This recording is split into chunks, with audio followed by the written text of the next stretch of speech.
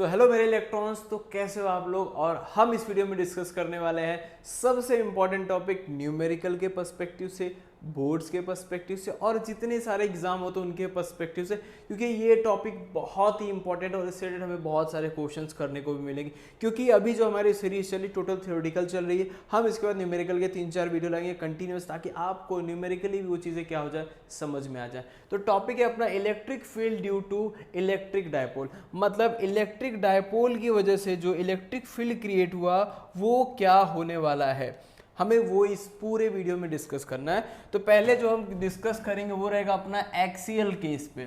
ठीक है, एक्सियल मतलब एक्सिस पे उसकी वैल्यूज क्या रहने वाली हैं। ठीक है, तो सबसे पहले हमारे पास एक, ठीक है, ये एक हो गया चार्ज हुआ, ये हुआ प्लस क्यू, ये हुआ माइनस क्यू। अब इनके बीच का जो सेपरेशन है, ठीक है, इनके बीच का जो सेपरेशन है वो क्या होगा बेटा अपने पास, वो है हमारे पास बेटा 2a, क्योंकि जस्ट हमने पिछले वीडियो में डिस्कस किया है कि उनके बीच का सेपरेशन क्या है, 2a।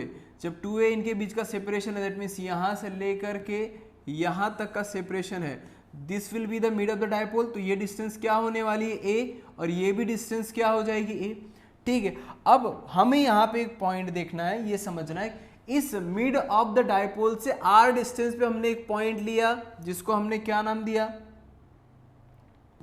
जिसको हमने नाम दिया है P। ये पॉइंट P है। इस पॉइंट P पे मुझे क्या पता करना है, इलेक्ट्रिक फील्ड पता करना है एक्सियल लाइन पे। ठीक है, तो डिस्टेंस मैंने क्या बोला, यहां से यहां तक का r डिस्टेंस है, कहां से, मिड ऑफ द डायपोल से लेकर के इस पर्टिकुलर पॉइंट P तक। अब यहाँ पे जो इलेक्ट्रिक फील्ड का डायरेक्शन है, एक इस तरह जाएगा पॉजिटिव चार्ज की वजह से और एक नेगेटिव चार्ज की वजह से जाएगा। अब हमें पता करना है भाई साहब कि डिस्टेंस पॉजिटिव चार्ज के लिए क्या होगा और नेगेटिव चार्ज के लिए होगा।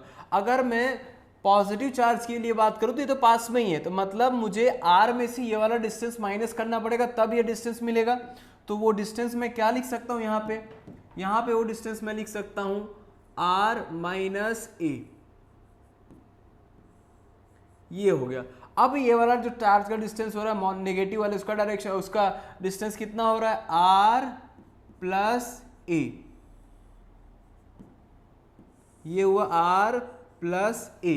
और यहाँ पे जो डायपोल का डायरेक्शन होता है हमें पता है वो हमेशा नेगेटिव से कहाँ जाएगा, पॉजिटिव की तरफ जाएगा। ये चीजें हमने बेसिकली डिस्कस कर ली, हमारे पुराने लेक्चर्स के बेस पे हमने सारे टर्म्स लिख दिए, ऐसा कोई टर्म है जो हमने नहीं लिखा है। अब यहां पे अगर डिस्कस की बात करूं तो यहां पे सबसे पहले इलेक्ट्रिक फील्ड का फॉर्मूला क्या होता है, एज वी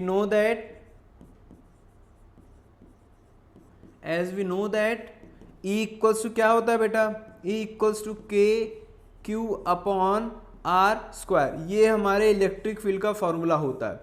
अब इस पॉइंट P पे कुछ इलेक्ट्रिक फील्ड इस पॉजिटिव चार्ज की वजह से डेवलप होगा, बिल्कुल डेवलप होगा। तो यहां पे क्या लिखेंगे हम, इलेक्ट्रिक फील्ड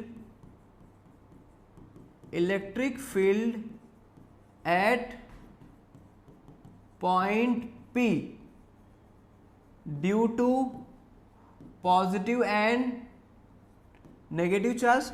डिस्टेंस उनके बीच का हमने निकाल लिया है, तो पॉजिटिव चार्ज के लिए क्या हो जाएगा, E plus Q, E plus Q हुआ तो क्या हो जाएगा अपने पास, K क्यू अपॉन, प्लस के लिए डिस्टेंस क्या था, R माइनस ए, सो r माइनस ए का होल स्क्वायर। अब ये E क्या हो गया, माइनस क्यू, इसके लिए क्या हो जाएगा, के क्यू अपॉन आर प्लस ए का होल स्क्वायर। क्लियर हो रहा है इतना, ये टर्म्स हमने लिखे। बट इस पॉइंट पे नेट इलेक्ट्रिक फील्ड मिलेगा दोनों चार्जेस की वजह से, वो क्या होगा, E एक प्लस के लिए होगा और एक क्या होगा, माइनस के लिए होगा। ठीक है, अब नेट इलेक्ट्रिक फील्ड कौन से पॉइंट पे आएगा, P पे, तो यहां पे लिखना है net electric field at point P। तो क्या हो जाएगा net electric field point P पे, E इक्वल्स टू क्या हो जाएगा, E प्लस क्यू, फिर उसके बाद प्लस E माइनस क्यू, ये दोनों के लिए हुआ। अब दोनों टर्म्स हमारे पास मिल गए। जब दोनों टर्म्स मिल गए तो इन दोनों टर्म्स को अगर मैं आगे बताऊं तो E प्लस क्यू की वैल्यू क्या है, ये रही, so k q upon are minus ए का whole square. Similarly E minus q के लिए क्या है, k q upon are plus ए का होल स्क्वायर। अब बेटा देखो दोनों में कॉमन क्या मिला, दोनों में कॉमन है k Q, so k Q will be common out, तो क्या हो जाएगा के क्यू, बचा क्या हमारे पास 1 अपॉन आर माइनस ए का होल स्क्वायर, माइनस हो जाएगा क्योंकि चार्ज माइनस है, हो जाएगा अपने पास 1 अपॉन आर प्लस ए का होल स्क्वायर, क्योंकि चार्ज यहाँ पे मैंने सिंप्लिसिटी के लिए माइनस लिया क्योंकि ये माइनस नेगेटिव चार्ज है।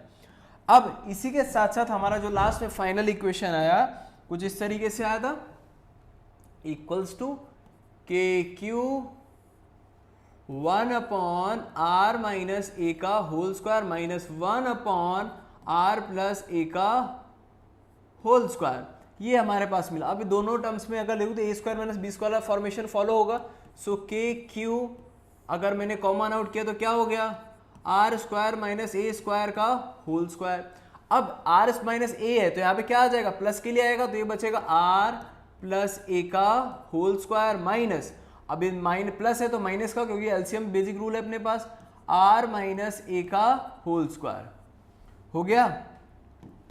अब इस टर्म्स के बाद अगर मैं डिस्कस करूं, ठीक है, इन टर्म्स के बाद डिस्कस करूं तो K Q as it is, K Q as it is, ये आर प्लस ए का होल स्क्वायर हुआ तो ये क्या हो जाएगा, R square plus A square plus 2ar minus are square minus 2ar plus A square upon में हो जाएगा बेटा अपने पास आर स्क्वायर माइनस ए स्क्वायर का होल स्क्वायर, ये हुआ अपने पास टर्म।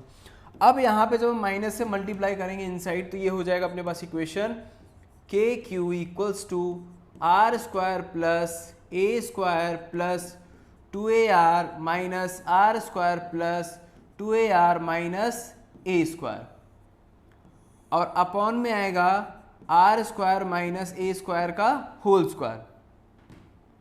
अब इसमें कैंसल आउट क्या हो रहा है, देखो आर स्क्वायर से r square cancel, a square से ए स्क्वायर कैंसिल, मतलब 2ar बच गया। अपने पास क्या हो जाएगा फाइनल, के क्यू इक्वल्स टू 2ar क्या हो गया 4ar upon are square minus A square का होल स्क्वायर, ये हमारे पास टर्म्स मिले, ठीक है, ये टर्म्स मिल गए कि कैसे आएंगे अपने पास। अब इन्हीं टर्म्स की अगर मैं आगे बात करूं तो मैं इसको इस तरीके से ब्रेक कर सकता हूं, k इंटू 2 इंटू 2aq, बात तो वही होगी, अपॉन में क्या आ जाएगा फिर अपने पास आर स्क्वायर माइनस ए स्क्वायर का होल स्क्वायर।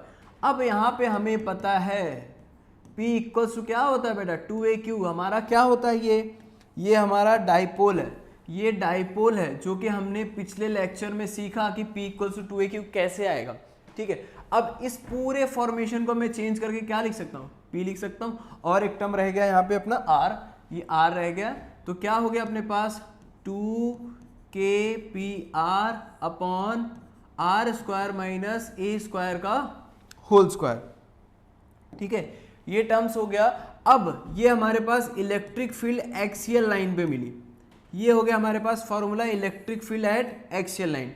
व्हाट इफ जो लेंथ है, ठीक है बेटा, यहां पे जो लेंथ है आर की वो ए से बहुत ज्यादा बड़ी है, means R is very very greater than A, तो हमें नेग्लेक्ट किसको करना पड़ेगा, ए को नेग्लेक्ट करना पड़ेगा। कैसे समझेंगे इसको हम इसको कैसे समझेंगे, तो हमें सिंपल से फॉर्म में देखना है कि जब हम इस पूरे टर्म की बात करें, सपोज आर अपने पास 20 सेंटीमीटर में दिया है और ए की वैल्यू 1 mm और 2 mm समथिंग है, तो मतलब ये तो बहुत ज्यादा छोटी हो गई, हमें इसको कंसिडर करना पड़ेगा, इसको नेग्लेक्ट करना पड़ेगा, क्योंकि नाम मात्र का उसका क्या हो गया, क्योंकि डाइपोल डायग्राम में बड़ा दिख रहा है बट एक्चुअल में बहुत ज्यादा छोटा होता है।